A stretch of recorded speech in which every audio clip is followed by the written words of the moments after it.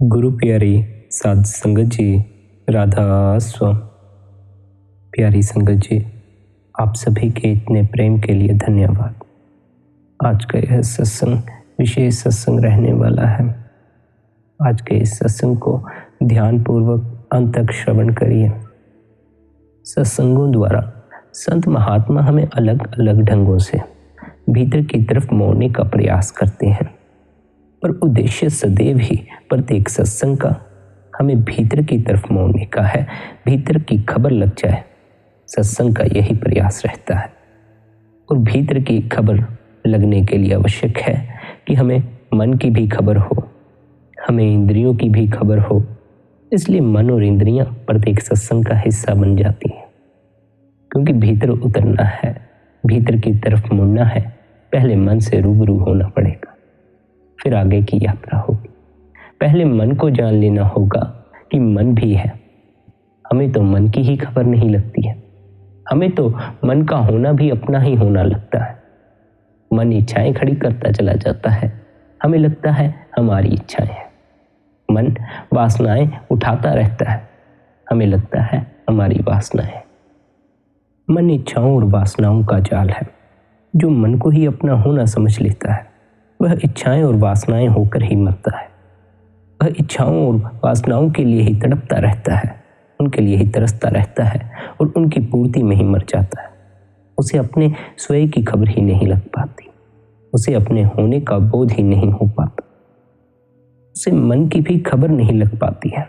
उसे यह भी पता नहीं लग पाता है कि जो इच्छाएं और वासनाएं भीतर उठ रही हैं, जिनकी पूर्ति के लिए वह दौड़ा जा रहा है, जिनकी पूर्ति के लिए वह इतना कष्ट सहता है, वे उसकी अपनी नहीं है, वे मन द्वारा खड़ी की गई हैं।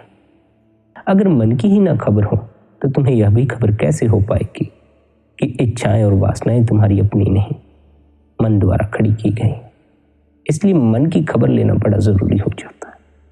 मन क्या है पहले यह जान लेना पड़ता है, फिर भीतर की तरफ चला जा सकता है। तुम कभी देखना, जब भीतर कोई इच्छा उठती है, कोई कामना या वासना उठती है, तो जब वह उठती है बड़ी तीव्र होती है। चाहे वासना उठे, चाहे इच्छा या कामना उठे, जब उठेगी तुम्हें कस के पकड़ लेगी। जब उठेगी तो तुम पर हावी हो जाएगी।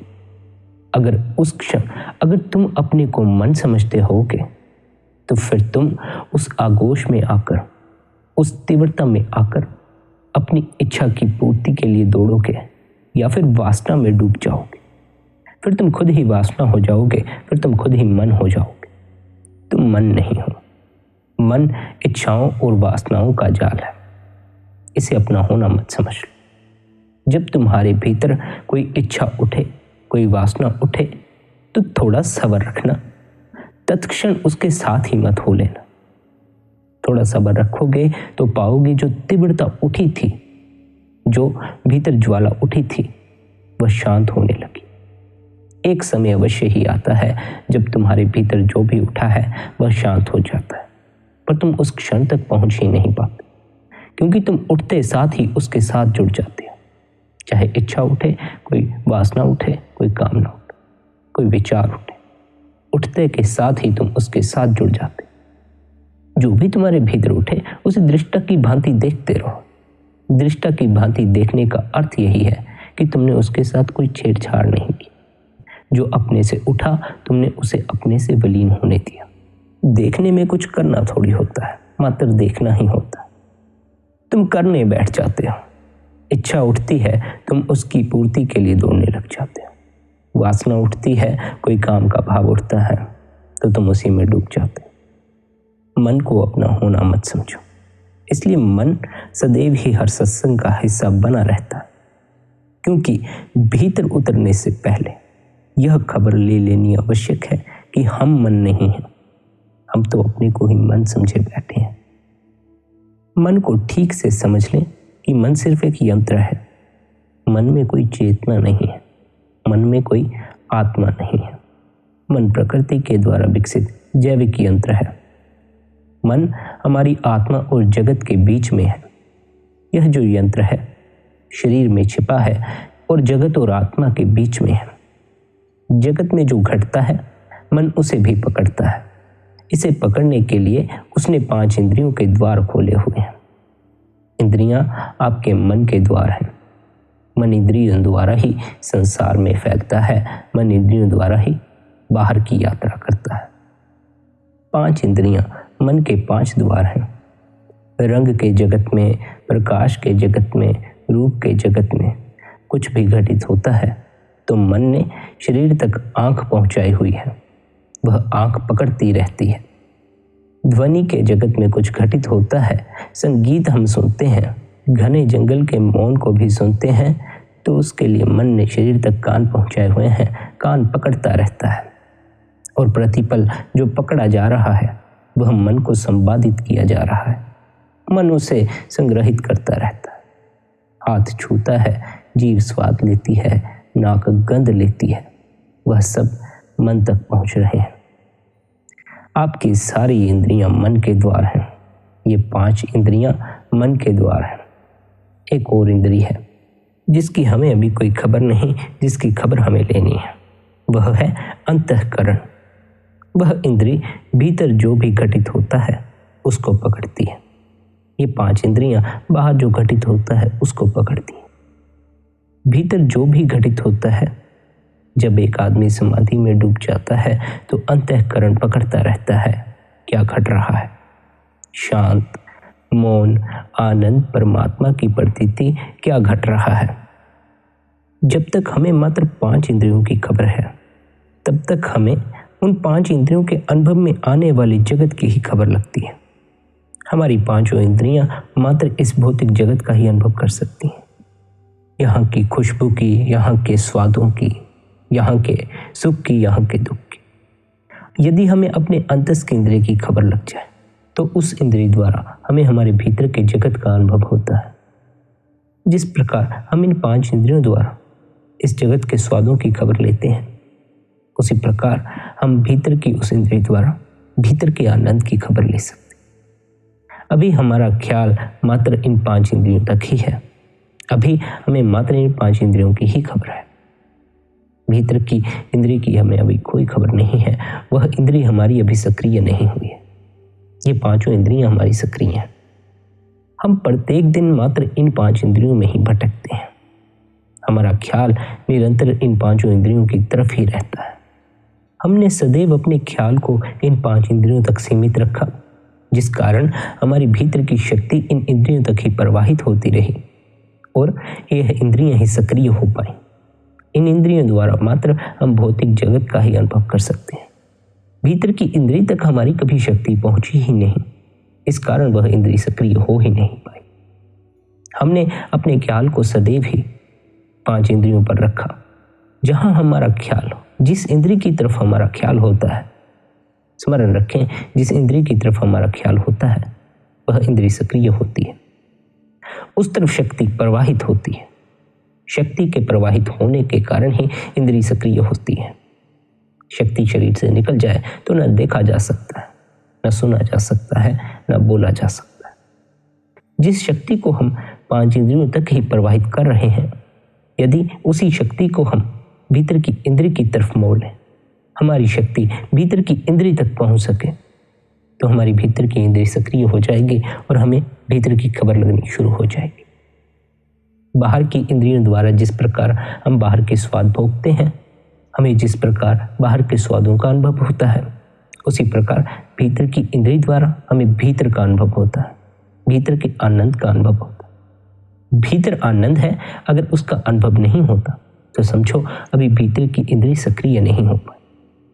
इसी कारण नहीं हो पाई कि अभी ख्याल ही 5 इंद्रियों तक रहा, अभी शक्ति 5 इंद्रियों तक ही प्रवाहित होती रही। उस इंद्रिय तक, भीतर की इंद्रिय तक कभी तुम शक्ति पहुंचा ही नहीं पाए, कभी उस इंद्रिय को तुमने सक्रिय किया ही नहीं। तुम्हारा ध्यान जिस इंद्रिय की तरफ होता है, शक्ति अपने आप प्रवाहित होती है। इसलिए यदि तुम अपने ध्यान को भीतर ठहराना सीख लो तो फिर तुम्हारी शक्ति भीतर की तरफ प्रवाहित होगी। अभी ध्यान ही बाहर भटकता है। हमें तभी तो ध्यान करने का उपदेश दिया जाता है, क्योंकि हमें अपने ध्यान को भीतर ठहराना ही नहीं आता, कभी हमने ठहराया ही नहीं। सदैव हम अपने ध्यान को खंडित करने में लगे, कभी किसी इंद्रिय द्वारा, कभी किसी इंद्रिय द्वारा। खंडित ध्यान से हमारे भीतर की इतनी सक्रिय नहीं होगी, हमें आनंद का अनुभव नहीं हो सकता। ध्यान को इकट्ठा करो, इस ध्यान को समेटो, क्योंकि उस खंडित ध्यान से हमारी शक्ति भी खंडित हो रही है, कई कई मार्ग से व्यय हो रही है। हमें खुद भी खबर नहीं लगती हम किस किस ढंग से अपनी शक्ति व्यय कर देते हैं। तुम यदि इन इंद्रियों से अपने ख्याल को निकाल लो और भीतर अपने ख्याल को टिका लो, तो तुम्हारी शक्ति इंद्रियों की तरफ प्रवाहित नहीं होगी, भीतर इकट्ठी होना शुरू हो जाएगी। अब उस शक्ति को मात्र भीतर इकट्ठा ही नहीं करना है, उसे भीतर इकट्ठा करने से तुम्हें कोई लाभ नहीं होगा। उस शक्ति को प्रवाहित होने के लिए भीतर का एक मार्ग देना होगा। पहले इंद्रियों द्वारा प्रवाहित होती थी, अब तुम उसे भीतर का कोई मार्ग दो। शक्ति का प्रवाह निरंतर हो रहा है, इसे इकट्ठा कर। अगर तुम मात्र इसे भीतर इकट्ठा करते रहे तो यह शक्ति इतनी इकट्ठी हो जाएगी। तुमने इस शक्ति को निकलने के लिए कोई मार्ग न दिया तो तुम्हारे भीतर इतना भार इकट्ठा हो जाएगा कि फिर तुम किसी भी ढंग से इसे बाहर निकाल देना चाहोगे। फिर काम की वृत्ति भी तुम्हें बड़ी कस के पकड़ लेगी, क्रोध भी कस के पकड़ेगी। शक्ति को मात्र भीतर इकट्ठा ही नहीं करना है, बल्कि उसके लिए भीतर का मार्ग खोल देना है, जहां से वह प्रवाहित होती रहे। अब यहां तुम्हारा ध्यान काम आएगा, क्योंकि जहां तुम्हारा ध्यान होता है, शक्ति उस तरफ अपने आप प्रवाहित हो जाती है। जब तक तुम्हारा ध्यान इंद्रियों में था, शक्ति इंद्रियों तक प्रवाहित होती रही। जब तुमने इन 5 इंद्रियों से अपने ध्यान को हटाया, शक्ति इन द्वारों से बाहर प्रवाहित होना बंद हुई, भीतर इकट्ठी होनी शुरू हुई। तो अब तुम्हें भीतर के इस तीसरे तिल के केंद्र पर, इस तीसरे तिल के स्थान पर अपने ध्यान को टिकाना है। जब तुम्हारा ध्यान यहाँ टिकना शुरू हो जाएगा तो शक्ति जो तुम्हारी भीतर इकट्ठी हुई है वह इस तरफ प्रवाहित होना शुरू हो जाएगी। तुम शक्ति को भीतर इकट्ठे करे रखो, तीसरे नेत्र के स्थान पर ध्यान एकाग्र न करो, तो फिर उस इकट्ठी की गई शक्ति का कोई लाभ नहीं होने वाला है। वह शक्ति ही तुम्हें बोझिल लगने लग जाएगी। फिर तुम उससे मुक्त होना चाहोगे, फिर तुम्हें काम बड़ा कस के पकड़ लेगा, कोई भी वासना कस के पकड़ेगी। जितनी शक्ति भीतर इकट्ठी होगी उतनी वासना कस के पकड़ लेती है। फिर तुम्हारा बस भी न रह जाएगा और तुम काम में डूबे हुए ही रहो और तुम काम में डूब जाओगे। शक्ति को मात्र इकट्ठा मत करो, बल्कि उसे तीसरे तिल के स्थान पर प्रवाहित करना शुरू करो। तुम्हारे ध्यान द्वारा होगा। तुम्हारा ध्यान जब इस स्थान पर ठहरना शुरू होगा, शक्ति अपने से प्रवाहित होनी शुरू हो जाएगी। तुम्हारा ध्यान अभी अनेकों जगह फैला हुआ है। तुमने अपनी 5 इंद्रियां सक्रिय कर रखी हैं। शक्ति 5 इंद्रियों द्वारा व्यय हो रही है। तुम्हारे ध्यान के बगैर, तुम्हारे ध्यान दिए बगैर तुम्हारी इंद्रियों द्वारा तुम्हारी शक्ति व्यय नहीं हो सकती। तुम देते हो, इस कारण व्यय हो रही है। इस जगह जगह फैले हुए ध्यान को ही इकट्ठा करना है। इसे इकट्ठा करने का ही सारा प्रयास है। इसी कारण से सद्गुरु हमें उपदेश देते हैं कि हमें निरंतर ध्यान में बैठना चाहिए, निरंतर भजन सिमरन में बैठना चाहिए, क्योंकि यह कोई एक दिन की बात नहीं।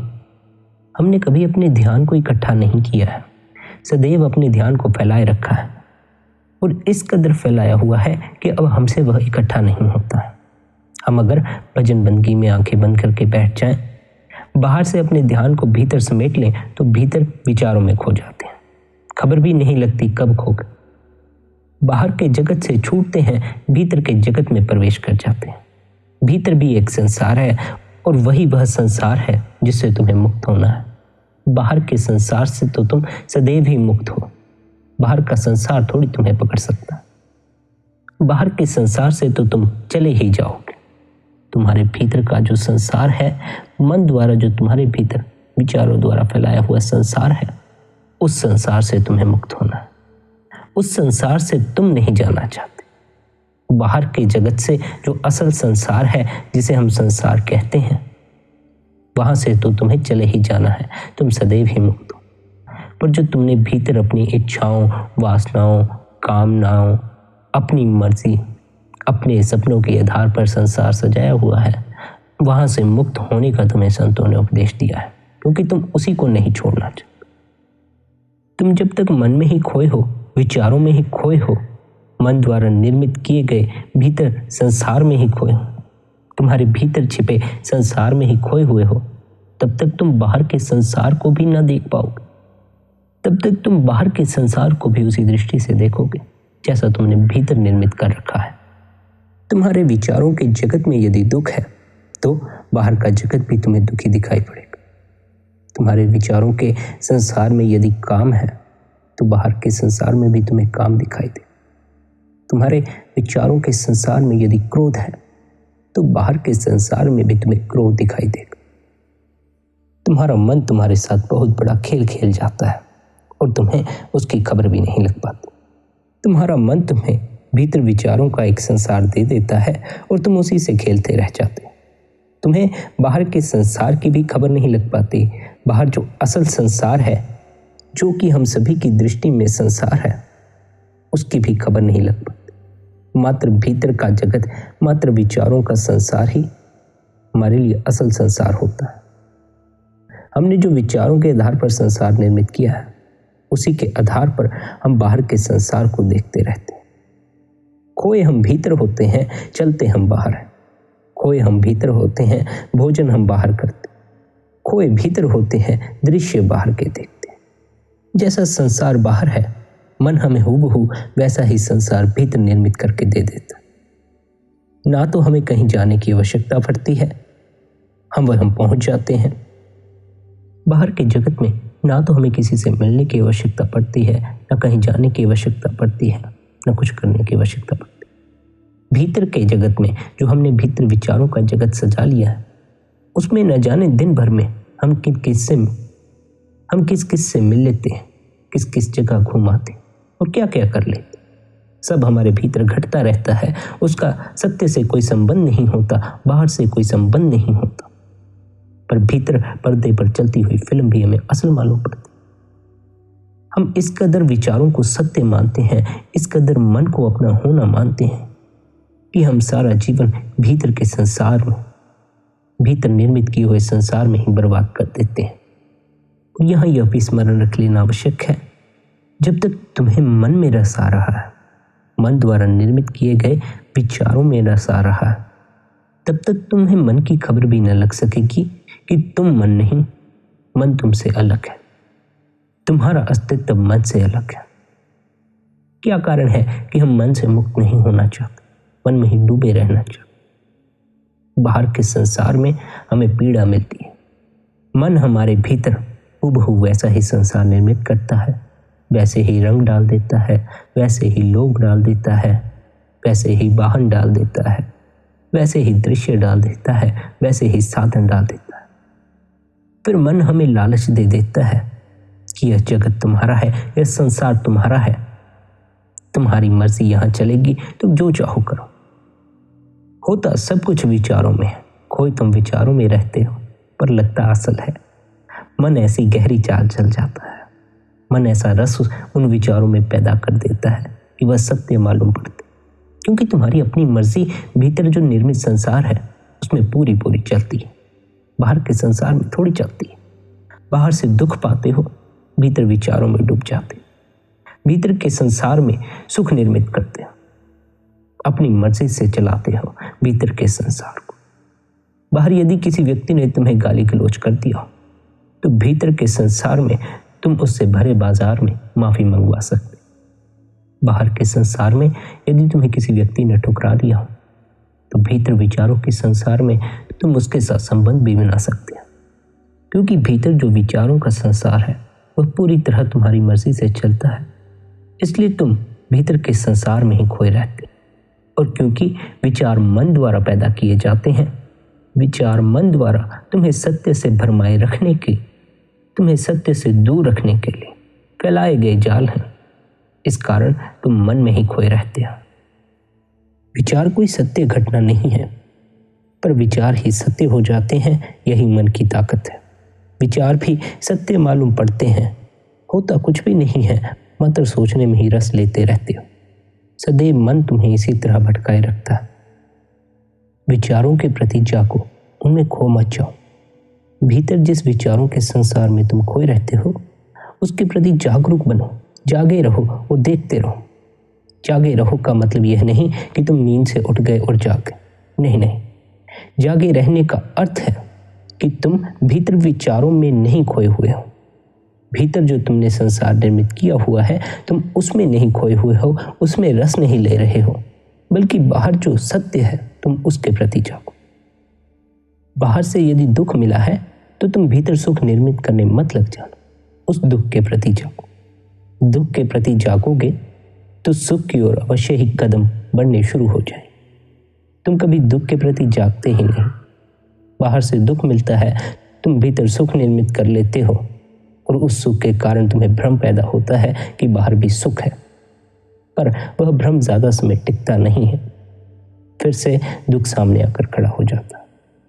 बाहर से तुम्हें कोई छोड़ गया है तो भीतर उससे मिलते ही मत रहना। बाहर के संसार में यदि कोई प्रेमी छोड़ गया है तो भीतर के संसार में उसे गुलाम ही मत बनाते रह जाना। इन विचारों के प्रति जागो, जो सत्य है उसे देखो। अपने विचारों के आधार पर, अपने निर्मित किए हुए संसार के आधार पर इस संसार को मत देखो, वरना तुम इस संसार को भी ना देख पाओगे, इससे भी चूक जाओगे। तुम भीतर के संसार में ही खोए रह जाओगे। यही हमारे साथ होता है। हमारी सारी दिनचर्या ऐसे ही बीत जाती है। हम भीतर विचारों में ही खोए रह जाते हैं। हमने जो भीतर संसार निर्मित कर लिया है हम उसी में खोए रह जाते हैं। और क्योंकि भीतर विचारों के संसार में हमें रस आता है, हमारी मर्जी चलती है, हमारा हुक्म चलता है, इसलिए हम मन का साथ भी नहीं छोड़ पाते। क्योंकि मन के कारण ही तो हम यह निर्मित कर पाते हैं। मन के कारण ही तो हम विचारों में डूब पाते हैं, विचारों में रस ले पाते हैं। यदि हम मन को छोड़ देंगे तो फिर इन विचारों में रस ही कहाँ आएगा। मन ही तो रस पैदा करता है। मन यही तुम्हें फंसाए रखता है। मन सदैव तुम्हें जागते क्षण भी तुम जागे हुए नहीं होते, बल्कि भीतर खोए हुए होते। देखते बाहर हो लेकिन खोए तुम भीतर विचारों में होते हो। बैठे बाथरूम में होते हो, पहुंच दफ्तर जाते हो। बाहर के संसार में कुछ नहीं बदलता, पर तुम भीतर के संसार में सब बदल लेते हो। सोए बिस्तर पर होते हो, पहुंच तुम पहाड़ों पर जाते हो। बाहर तो कुछ भी नहीं घटता, पर भीतर ही भीतर सारा खेल चला रहता है। मन ऐसा जाल निर्मित करता है कि ना तो तुम्हें बाहर की खबर लगती है न भीतर की। मध्य में जो संसार तुमने निर्मित कर रखा है विचारों द्वारा, तुम बस उसी में खोए रह जाते हो। सारा जीवन उसी में व्यतीत हो जाता है। उस संसार में, उन विचारों में खोए रहने के कारण ही तुम्हें पीड़ा का अनुभव होता है। क्योंकि तुम जो संसार निर्मित करते हो विचारों द्वारा, मन में खोकर, उस संसार में सब तुमने अपनी भलाई के लिए निर्मित किया होता है। उस संसार में कोई तुम्हें पीड़ा नहीं पहुंचा सकता। उस संसार में तुमने अपने लिए सुख निर्मित किया होता है। उस संसार में तुमने अपनी इच्छाओं की पूर्ति की होती।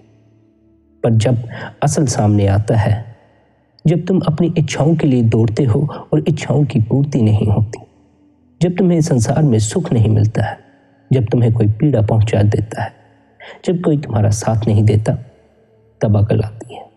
तब तुम्हें और भी दुगनी पीड़ा होती है, क्योंकि तुम भीतर सदैव ही सुख निर्मित करते रहे हो।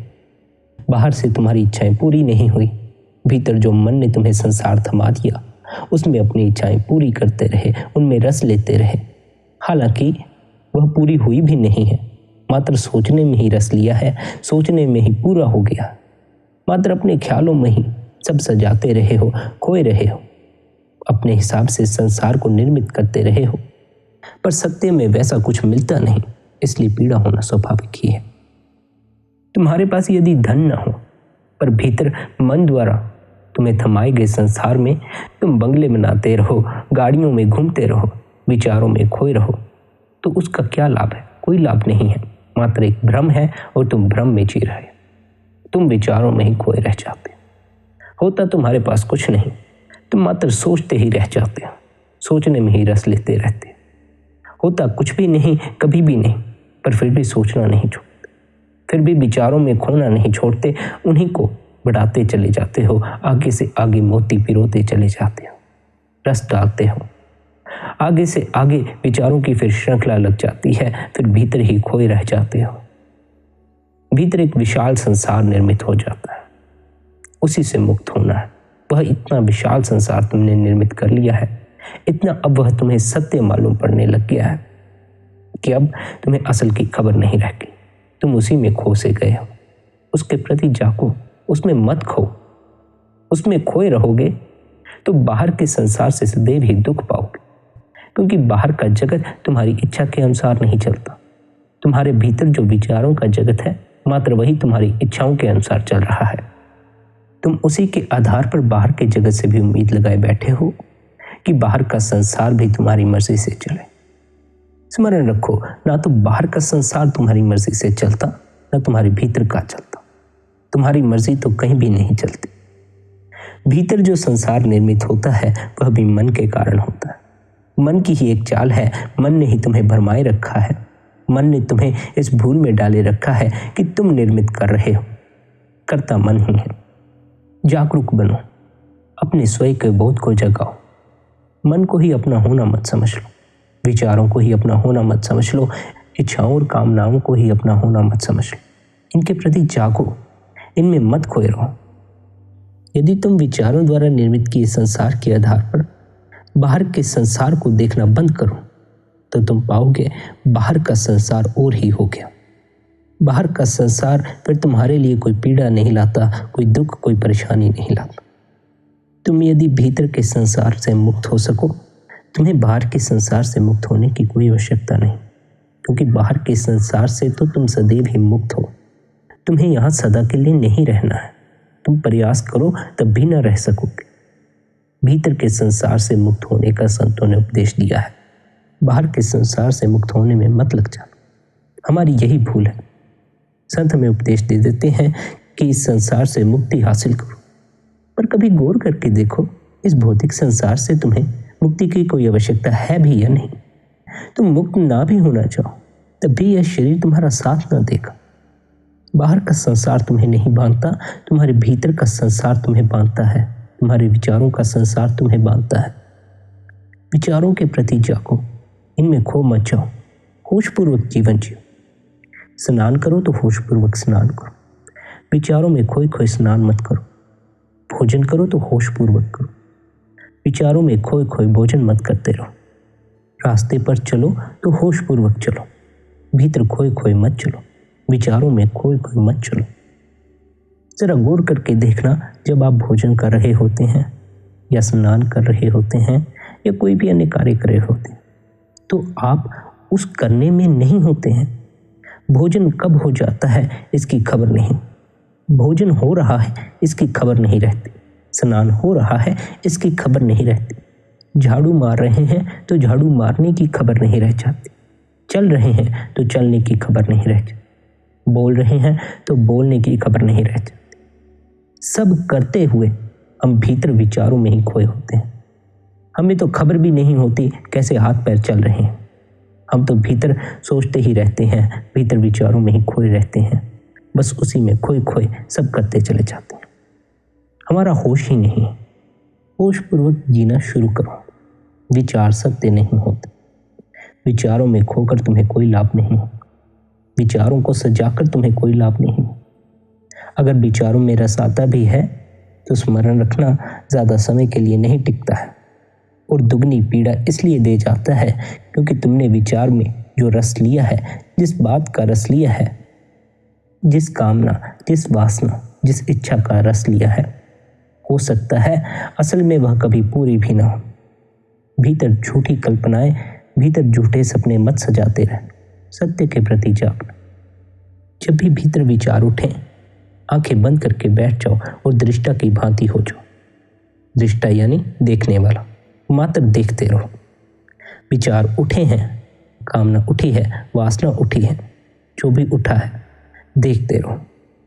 जैसे जैसे तुम विचारों को देखने लगोगे, तुम्हें धीरे धीरे यह भी बोध में आना शुरू होगा कि तुम विचार नहीं हो। तुमने कभी विचारों को देखा नहीं। तुम विचारों से संबंध बना लेते। तुम उन्हें अपना होना ही समझ लेते। तुम कभी भी यह नहीं समझ पाते कि तुम मात्र उन्हें देखने वाले। मन का हम पर इतना प्रभाव है कि हमें इसकी कभी खबर नहीं लगती। संत महात्माओं ने इसी कारण से हमें ध्यान करने का उपदेश दिया है, क्योंकि ध्यान द्वारा हमें अपने स्वयं का बोध होता है, हमें दृष्टा की खबर लगती है। क्योंकि हम सदैव 5 इंद्रियों में भटकते हैं, इसलिए हो सकता है कि शुरुआती दिनों में हमारा ध्यान एक जगह इकट्ठा ना हो पाए, हमें एकाग्रता का कोई अनुभव ना हो। जब हम अनेकों जगह फैले हुए अपने ख्याल को भीतर तीसरे दिल पर ठहराना शुरू करेंगे, निरंतर भजन बंदगी करेंगे, भजन सिमरन में बैठेंगे, तो इस केंद्र पर जब हमारा ध्यान टिकने लगेगा, पहले तो इतने समय के लिए खंडित था, इसलिए एक ही क्षण में टिक नहीं जाएगा। यह स्मरण रखें, सब्र रखना होगा। निरंतर भजन बंदगी करोगे, ध्यान सिमटना शुरू हो जाए। जब ध्यान इस केंद्र पर सिमटेगा तो शक्ति इस केंद्र पर प्रवाहित होनी शुरू हो जाएगी। एक बार यदि शक्ति इस केंद्र तक प्रवाहित होना शुरू हो जाए, फिर ध्यान करना भी नहीं पड़ता, अपने से ही होने लगता है। क्यों? क्योंकि फिर तुम्हें इस केंद्र की खबर लग जाती है। अभी इस केंद्र की कोई खबर नहीं है, अभी इस केंद्र पर कोई अनुभव नहीं होता। इस केंद्र पर, इस तीसरे तिल के स्थान पर कोई बाहरी इंद्रिय नहीं है, इसलिए इसका अनुभव हम भीतर से ही कर सकते हैं। जब तक हमें इस केंद्र का अनुभव नहीं होता, तब तक हमें इस केंद्र पर ध्यान टिकाना पड़ता है। एक बार यदि यह केंद्र अनुभव में आ जाए तो फिर ध्यान टिकाने की आवश्यकता नहीं होती। फिर तुम्हें अपने ध्यान को मात्र इस ओर करने की आवश्यकता होती है। जिस तरह यदि तुम्हें इंद्रियों से भोगने हो तो इंद्रियों की तरफ अपने ध्यान को ले जाने की आवश्यकता पड़ती है और वह इंद्रिय सक्रिय हो जाती है। उसी तरह जैसे ही तुम्हारा ध्यान इस तीसरे तिल पर एकाग्र होता है, इस तीसरे तिल पर टिकता है, तुम्हारा यह केंद्र सक्रिय हो जाता है। फिर तुम्हें इसका अनुभव होना शुरू हो जाता है और यह भीतर का अनुभव है, बाहर से नहीं होता, भीतर से होता है। इसलिए हमें ध्यान करना पड़ता है, क्योंकि ध्यान भीतर से इस ओर देखने की दृष्टि है। ध्यान भीतर का मार्ग है, भजन सिमरन भीतर का मार्ग है। बाहरी आंखों द्वारा हमारी इस तीसरे तिल पर नजर नहीं ठहर सकती, बाहरी आंखों द्वारा हमारा इस तीसरे तिल पर ध्यान नहीं ठहर सकता, हमारी यह नजर में भी नहीं आएगा। पर यदि हम आंखें बंद करके तीसरे तिल के स्थान पर अपने ध्यान को टिकाएं, अपने ध्यान को ले जाएं, तो हमें धीरे धीरे भीतर से इस जगह का अनुभव भी होना शुरू हो जाता है। भीतर से यह केंद्र नजर में भी आने लग जाता है। बाहरी आंखों द्वारा नहीं आता, भीतर की आंखों द्वारा आता है। बाहर से देखकर यह नजर में नहीं आता, भीतर से आता है। इसलिए भीतर की महिमा है। भीतर से इस तिल पर ध्यान टिकाया जा सकता है, इसलिए भीतर उतरना होगा। निरंतर भजन सिमरन में बैठना होगा, हर रोज बैठना होगा, क्योंकि हर रोज हमारा ध्यान 5 इंद्रियों द्वारा बाहर फैलता है। हमारे संसारिक कामकाज भी हैं, इंद्रियों की हमें सहायता लेनी पड़ती है। पर यदि हम सारा दिन इंद्रियों में ही भटकते रहें, घड़ी भर भी ध्यान में न बैठें, भजन सिमरन में न बैठें, तो हमारी शक्ति इन इंद्रियों द्वारा ही प्रवाहित होती रह जाएगी। शक्ति फिर तीसरे तिल तक प्रवाहित न हो सकेगी, ऊपर न उठ सकेगी, नीचे ही नीचे बहती रह जाएगी। यह स्मरण रखना, जब तक तुम्हारी शक्ति इस तीसरे तिल पर चोट नहीं करना शुरू करेगी, तब तक यह केंद्र, यह तिल तुम्हारे अनुभव में नहीं आएगा। और जब तक यह केंद्र तुम्हारे अनुभव में नहीं आया, तुम यहाँ अपने ध्यान को टिकाए न रख पाओगे। तब तक तुम्हारा ध्यान नीचे ही गिरता रहेगा। इस केंद्र पर कुछ अनुभव होगा तभी तो ध्यान टिका पाओगे। कुछ अनुभव ही नहीं होगा तो ध्यान कैसे टिका पाओगे? शक्ति की चोट ही यहाँ पर अनुभव होनी शुरू होती है। शक्ति का प्रवाह ही यहाँ अनुभव होना शुरू होता है। 5 इंद्रियों में ही अपनी शक्ति व्यय मत करते रहना। शक्ति को भीतर इकट्ठा करना, और मात्र भीतर इकट्ठा करके ही मत रख लेना, क्योंकि फिर उसे इकट्ठा किए का कोई लाभ नहीं है। वह भी बोझ हो जाएगी, उसे भी तुम्हें निकालना पड़ेगा, काम द्वारा, क्रोध द्वारा या किसी अन्य तरीके द्वारा। तुम उस शक्ति को व्यय कर बैठोगे। तुमने जो शक्ति इकट्ठा की है उसे इस केंद्र तक पहुंचाना है। अपने ख्याल को इस तीसरे तिल पर टिकाओ, अपने ध्यान को यहाँ समेटो। ध्यान जब समेटना शुरू हो जाएगा, शक्ति प्रवाहित होना शुरू हो जाएगी। ध्यान इंद्रियों में हो तो शक्ति इंद्रियों की तरफ प्रवाहित होती है। ध्यान इस केंद्र पर होगा तो इस केंद्र की तरफ प्रवाहित होनी शुरू हो जाएगी। भजन सिमरन अवश्य कीजिएगा। भजन सिमरन करोगे तो तुम्हारे यह तिल अनुभव में आना शुरू हो जाएगा, तुम्हें यहाँ महसूस होना शुरू हो जाएगा, फिर तुम्हारा ध्यान यहाँ टिकना शुरू हो जाएगा। सब्र की बात है और बैठने की बात है। जो साधक बैठे हैं, जिन साधकों ने भजन बंदगी की है, जो निरंतर गुरु के उपदेश पर चले हैं, उन्होंने आनंद भी पाया है, उन्होंने सत्य को भी जाना है, उनकी शब्द से भी लिप जुड़ी है। जो नहीं बैठते हैं, उन्हें भीतर के शब्द की भी खबर नहीं लगती, इस केंद्र की भी, तीसरे तिल की भी खबर नहीं लग पाती, भीतर की ही खबर नहीं लग पाती, क्योंकि 5 इंद्रियां तुम्हें बाहर ही तो जोड़ सकती हैं। 5 इंद्रियां तुम्हें भीतर का कोई अनुभव थोड़ी करा सकती। भीतर का अनुभव करना हो तो भीतर के किसी केंद्र पर शक्ति को प्रवाहित करना होगा। बाहर से तो शक्ति को कई ढंग से अनुभव में लाए हो, भीतर से शक्ति को अनुभव करना होगा। यह भी स्मरण रखो, जब भी भजन सिमरन में बैठो तो मन को सिमरन में लगाना है, क्योंकि अगर मन सिमरन में नहीं लगा है तो मन विचार खड़े करेगा। उन्हीं विचारों के संसार में तुम सदैव से उलझे रहे हो, उसी संसार से तो तुम्हें मुक्त होना है। 5 इंद्रियों से अपने ख्याल को निकालकर जब हम भजन सिमरन में बैठते हैं तब हमारे सामने विचार आ जाते हैं, उनमें भी नहीं खो जाना है। अपने ध्यान को तीसरे तिल पर ही टिकाए रखना। तुम्हें दृष्टा की भांति विचार उठते हैं, उनके साथ संबंध मत बना लेना। अपने से विचार आए हैं, अपने से ही चले जाएंगे। तुम तो मात्र अपने ध्यान को इस स्थान पर टिकाओ ताकि तुम्हारा सारा ध्यान इस तीसरे तिल पर इकट्ठा हो और तुम्हारी शक्ति इस केंद्र पर प्रवाहित होनी शुरू हो जाए। विचारों में भी अपनी शक्ति व्यय मत करो, 5 इंद्रियों द्वारा भी अपनी शक्ति को व्यय मत करते रहो। निरंतर भजन सिमरन में बैठा करो। 24 घंटे में से 2.5 घंटे बड़े नहीं होते हैं, इतना तो मालिक के लिए समय अवश्य ही निकालो। तुम उस परमात्मा के बच्चे हो और उस परमात्मा ने अपने प्रत्येक बच्चे को जीवन में आनंद बख्शा हुआ है, जीवन में चैन बख्शा हुआ है। तुम्हें यदि दुख या चिंता मालूम पड़ती हो तो अब संसार में भटकना बंद करो, मन के पीछे लगना बंद करो, अपने आप को दुख में डालना बंद करो, दुख इकट्ठे करने बंद करो, सुख की खोज करो, आनंद की खोज करो। भजन सिमरन में बैठो। भजन सिमरन द्वारा तुम्हें तुम्हारे अंतस की खबर लगती है। और जिस भी व्यक्ति को आनंदित होना हो, सत्य को जानना हो, परमात्मा को जानना हो, आत्मा को जानना हो, स्वयं को जानना हो, उसे अपने भीतर से ही उसका अनुभव हो सकता है। इसलिए भीतर की खबर लो, भीतर के मार्ग पर चलो, निरंतर भजन बंदगी करो, अपना ख्याल रखो। आप सभी के भीतर बैठे कुल मालिक को प्रणाम। राधा स्वामी जी।